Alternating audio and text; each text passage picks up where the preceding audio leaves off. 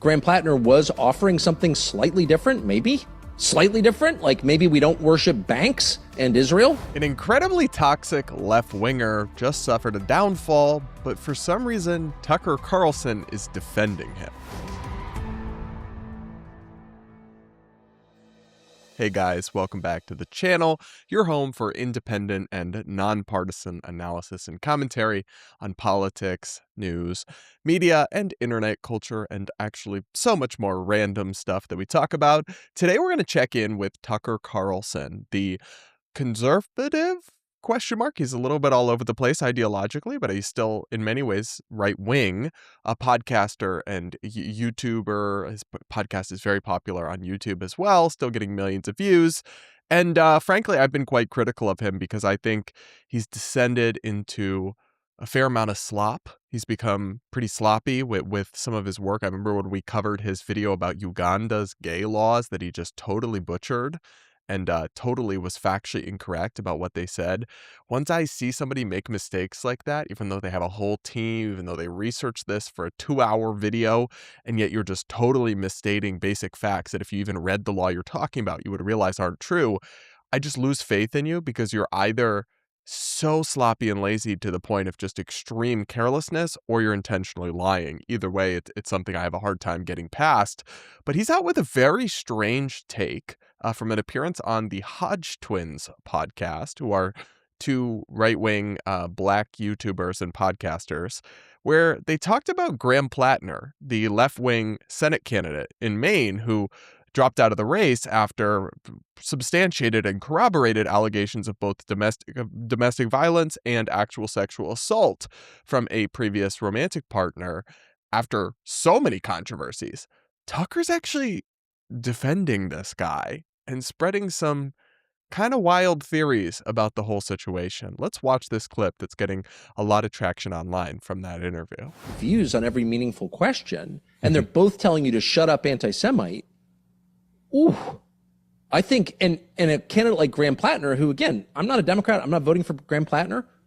However, Graham Platner was offering something slightly different, maybe? Slightly different? Like maybe we don't worship banks and Israel? I'll just pause on this to say that what Graham Platner was running on, his kind of left-wing populist, DSA adjacent vision, is not so rare, right? It's represented by dozens and dozens and dozens of current elected officials and dozens more, maybe hundreds even, of candidates. So it's different from maybe the establishment Democratic point of view on these issues, that's true, but it wasn't like he was some totally unique aberration necessarily either. But anyway, we'll keep going. And that guy gets taken out in a sexual assault scandal that is just transparently an op? Sorry, why is that in air quotes? Sexual assault scandal? Yeah. A very serious and corroborated allegation came out against him. And that was after another allegation of physical violence from a woman, both of whom are confirmed to have dated him and have multiple people who confirmed that they told them about this when it happened. So that's not like some, fake accusation out of nothing or just some totally unsubstantiated allegations with no proof or corroboration of any kind. These are confirmed partners that he dated coming out and accusing him of a very serious wrongdoing with some degree of corroboration. And you're just dismissing it all as some sexual assault thing? That's kind of gross. Okay. Big yikes. And then to say it's obviously an op, it depends what you mean by that. If what you mean by that is that it's fake, then there's no reason to believe that's true. In fact, the woman who accused him of sexual assault is actually a pro-progressive political person, right? She supports Graham Platner's politics, but felt so conflicted about his true character that she spoke out against him anyway. So that's kind of the opposite of an op.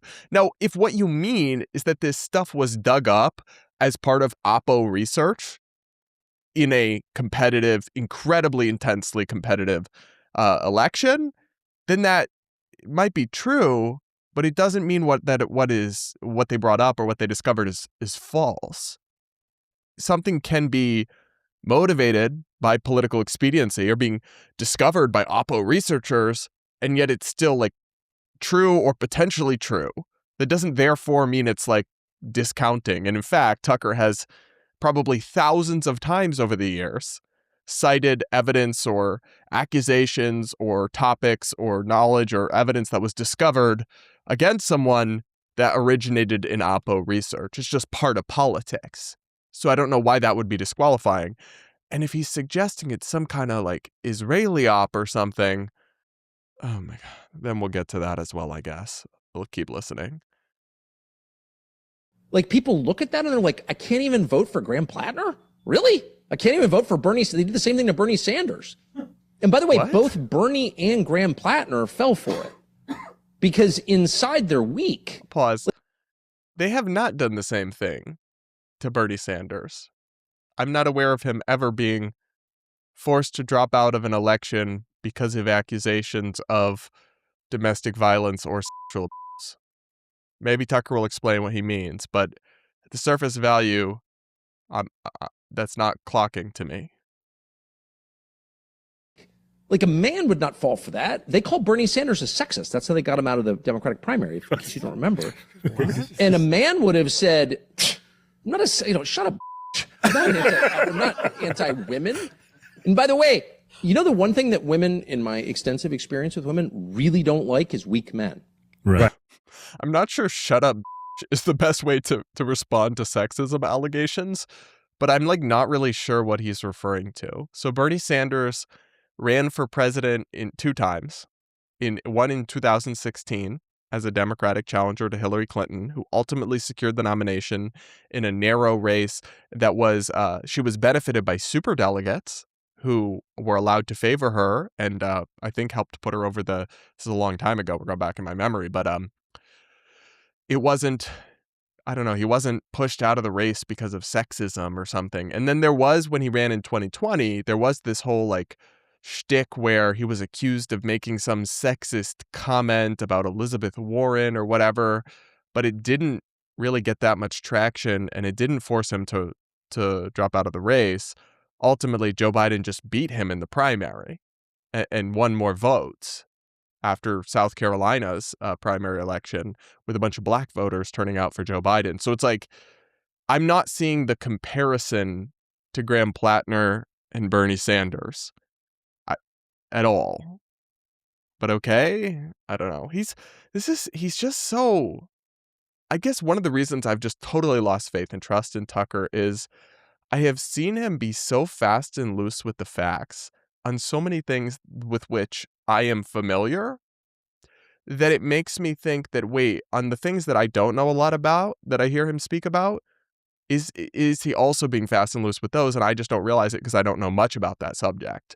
And I've also seen, just over the course of my political career, Tucker do a 180 on basically every political issue that exists, almost.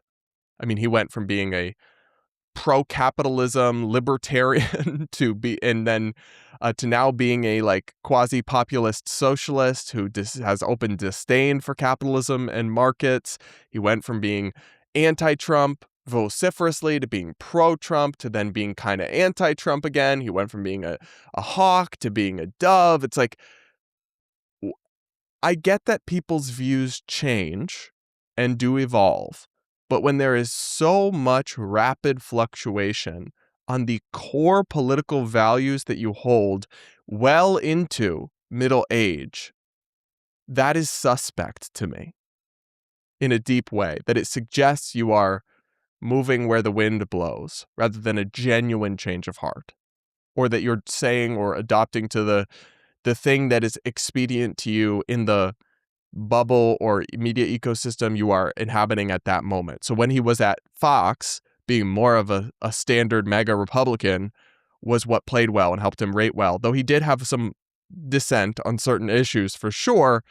But then when he went independent, it seems like being anti-Trump again and being like, this kind of alternative figure that's against everyone and has this other view is what's playing well for him. So it's like, is it a genuine change of heart? Color me skeptical is all I'll say. Anyway, let's keep going here.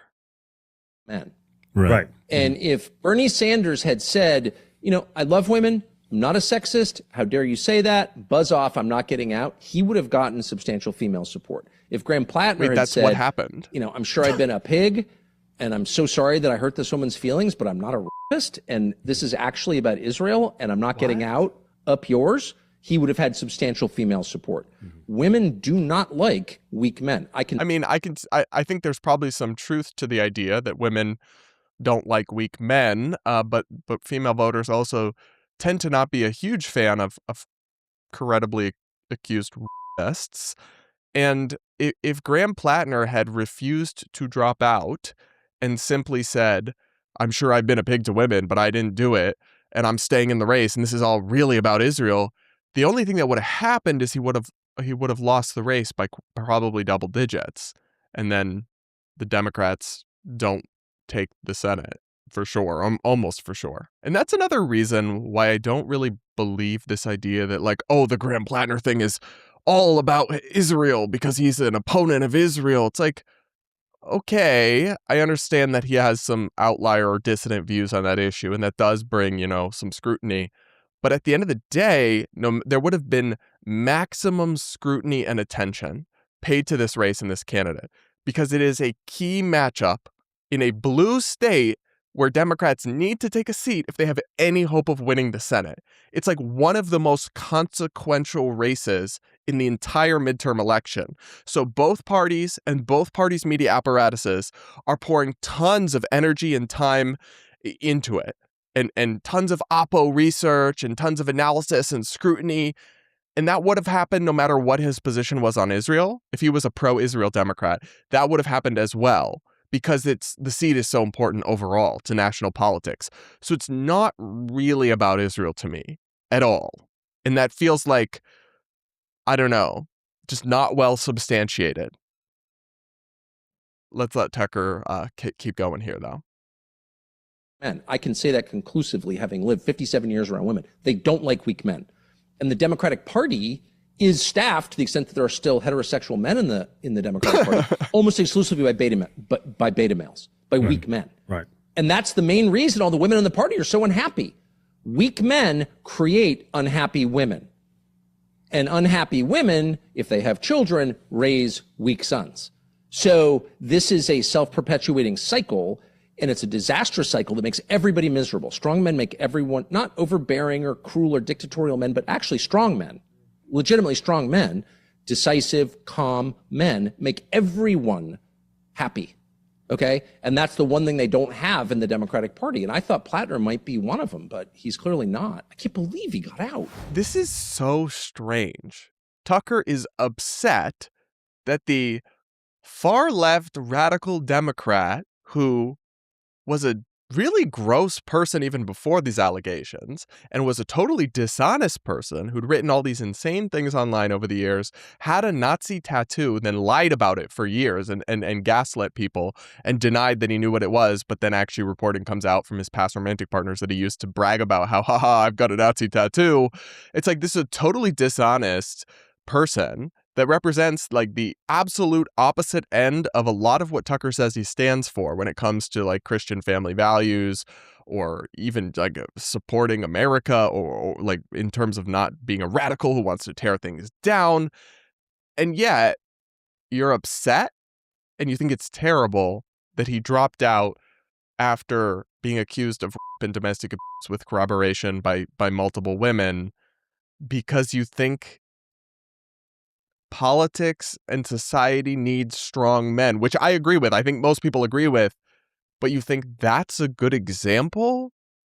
The dirtbag leftist who can't stop lying and is accused credibly of doing horrible things to multiple women. If that's your idea of a strong man, Tucker Carlson, we're not on the same page remotely about that. Because to me, that's a very weak man.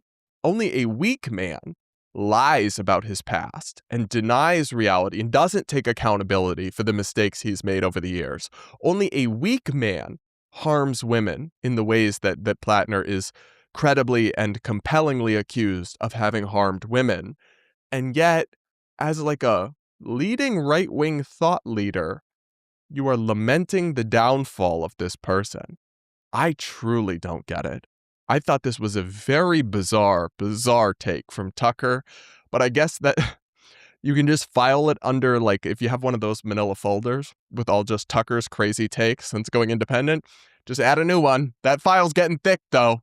Might need to open a second one to start putting it all in there. He's still not as bad as Candace, I will say that. But to me, the two are very similar figures, and it doesn't surprise me that they are confidants and buddies, I believe. But what do you guys think? Are you surprised to hear Tucker take this strange stance? Or do you agree with him or somehow support him? Let me know in the comments. Make sure to subscribe to this channel if you aren't yet. And do hit the like button, and we'll be back with more. Please consider becoming a channel member to support my content. It's the best way to support me. Just hit join, the join button or the link in the pinned comment. It's the best way to support my work. I am an independent and nonpartisan and honest broker. At least that's what I try to be.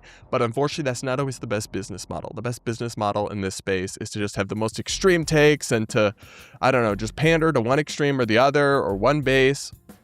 I don't do that. So I do need support from viewers like you. Hit the join button or the link in the description. I also do videos. I just dropped one today where I react to member comments and questions. So if you want to ask me about something or give me some feedback or roast me or whatever and have me read it on air, just become a channel member, then drop that feedback in the comment section down below. And with that, guys, we will be back with more real soon.